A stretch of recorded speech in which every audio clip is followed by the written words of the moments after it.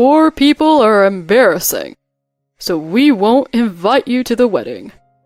This is the end of our relationship." Oh, that's perfect timing. I was thinking of cutting ties with you too. Women don't go back on their word. Keep in mind, you're no longer part of our family. Our reasons for cutting ties with you are greater. My name is Ashley. I'm 60 years old, and I enjoy foraging for wild vegetables with my husband during our walks. In spring, we can find lots of bracken and strawberries. Living in the countryside is the best. Eating seasonal foods is good for your health and makes you feel young again. This is a story from when I was a bit younger. My husband had taken early retirement from the company he worked for many years and had been working as a traffic controller for a year. At that time, we were both 52 years old. We had passed the midpoint of our lives and were beginning to think about our remaining years. However, after my husband retired early, he no longer had to work late or live a life where we rarely saw each other. His salary decreased, but it was enough for the two of us to live comfortably. It wasn't luxurious, but we enjoyed our peaceful days together. But an event occurred that disrupted our peaceful days. Our eldest son, John, suddenly called to tell us he was getting married. I was so surprised that I asked, "Who's getting married?" John, who we hadn't heard from in a while, said it was him. I apologized for being so surprised. John, unlike his younger brothers, had no romantic relationships and had always seemed a bit absent-minded. He had never talked about having a girlfriend. But he said he was getting married and wanted to introduce her to us. I was surprised and apologized for not knowing about his girlfriend. He said they had been dating for a short time and hadn't had a chance to introduce her. He asked us to keep the following Saturday free for the introduction. After hanging up, I couldn't shake a bad feeling. John had always been a bit naive and often took on unreasonable requests from others. I remembered an incident from his school days. A classmate had asked him to let them cheat off his test, and without hesitation, he had agreed. They both got caught and were reprimanded. During university, he had almost been involved in selling fraudulent information products because a friend invited him. Luckily, he avoided trouble when he found the office empty. Given his naive nature, I worried about the situation. What if he was being asked to take on someone else's problems? I worried until the day his girlfriend came to visit. When she arrived, I was shocked. She was visibly pregnant. I looked at my husband, who was just as surprised. Our son noticed our reactions and looked at us as if to say, "I understand how you feel." But I decided it was better than if he was taking on debt for someone else. As long as they were in a relationship, it was fine. I welcomed her and invited her in.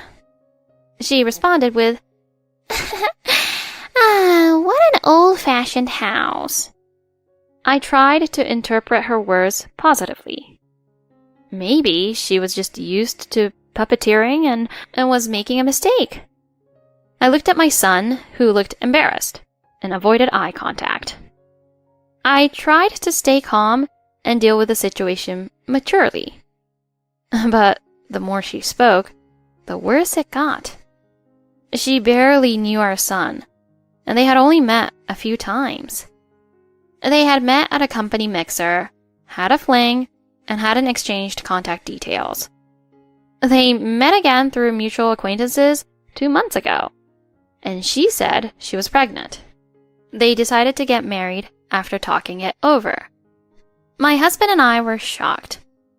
Even if that were the case, it was inappropriate to discuss such personal matters in front of his parents. But Our son, being too honest, couldn't lie. I had doubts about the baby's paternity, but it wasn't something I could say at that moment. You can't suggest a DNA test during a greeting. The fact that our son had been intimate with her before marriage was enough. We had no choice but to accept it. As we were thinking, she continued with her disrespectful comments. She called our house a rabbit hutch and laughed. She insulted our teacups, saying they were too country. I tried to explain my husband's job as a traffic controller, but she wasn't interested. My husband had saved a woman's life at a construction site by shielding her from a car. He had performed a heroic act and was our pride. The woman he saved was a single mother on her way to pick up her child from daycare. But she dismissed it, asking if he got a reward. I didn't want her as a daughter-in-law. My husband scolded our son, telling him to be more responsible. We couldn't tell our 30-year-old son not to marry. We accepted their marriage. Our other sons had families and didn't rely on us too much. We wanted the same for our eldest. He felt responsible because of the baby. He declared they would manage on their own. They left, and we felt they didn't want much to do with us. 2 months later, the wedding was set. Her friend managed the wedding hall, so they secured a date quickly. We were busy with preparations. Her family ran a well-known local food processing company. But her family was against the marriage and refused to meet us. Our son often called us to vent his frustrations. He wanted to protect her, not for money. I reminded him that he needed to be prepared for opposition and couldn't rely on us. He got angry, asking if we wanted him to suffer. My husband took the phone and calmed him down.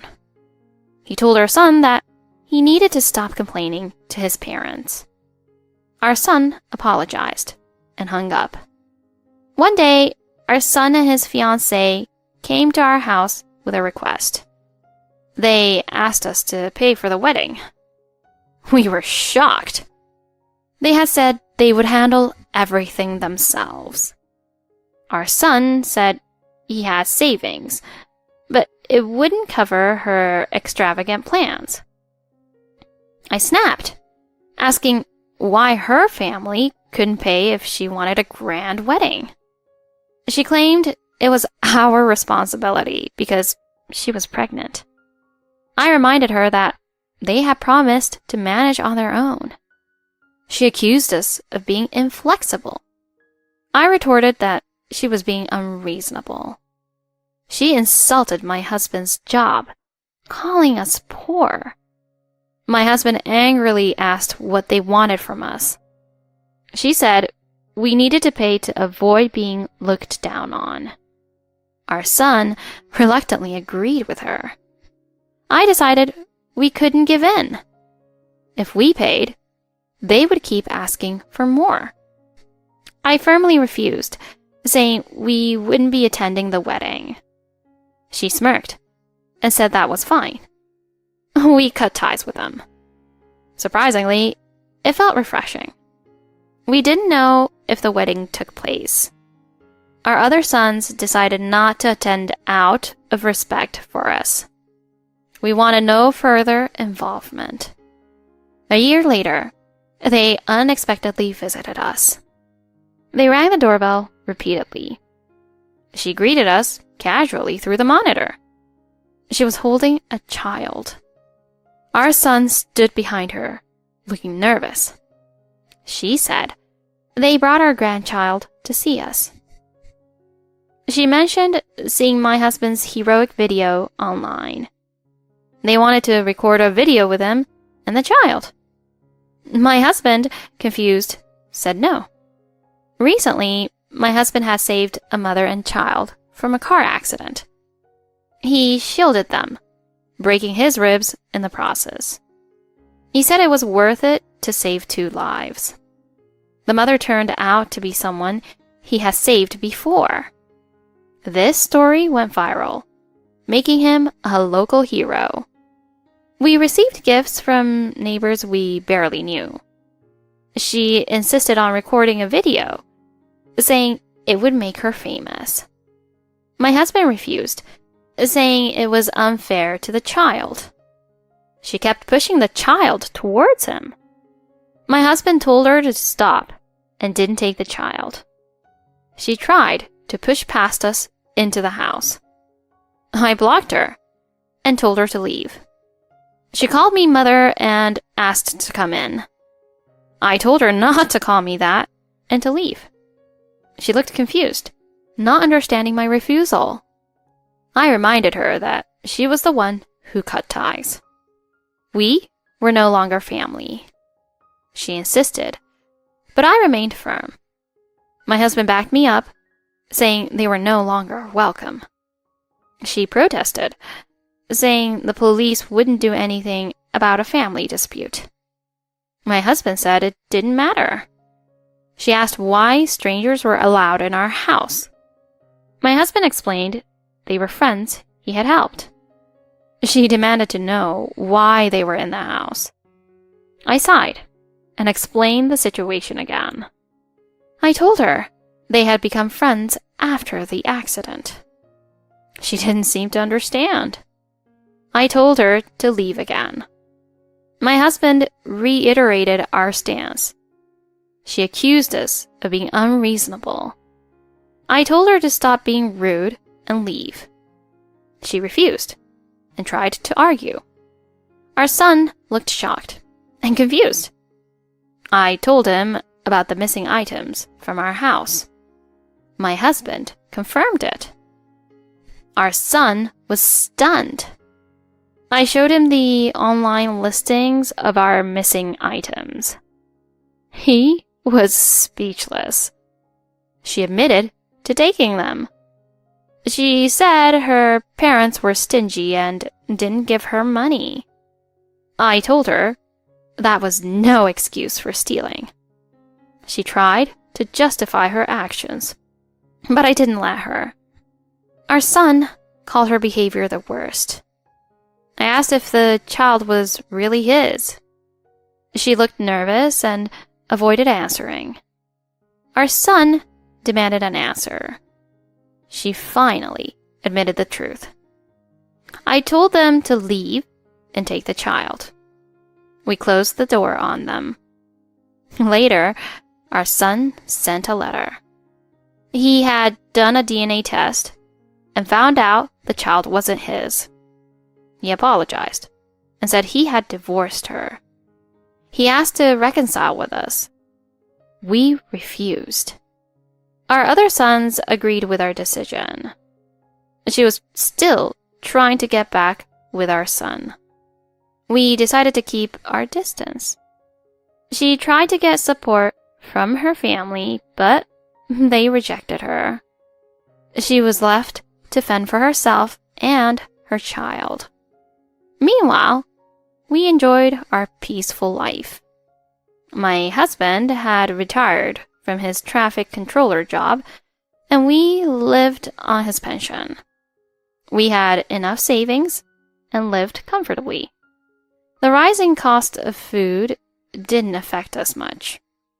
We foraged for wild vegetables and exchanged goods with neighbors. Our simple life was fulfilling. We were surrounded by nature and kind people. I was grateful for every day. Today, my husband and I planned to go for a walk. It felt like a day from our younger days. I wanted to wear a new scarf I bought. I still wanted to look cute for my husband, no matter my age.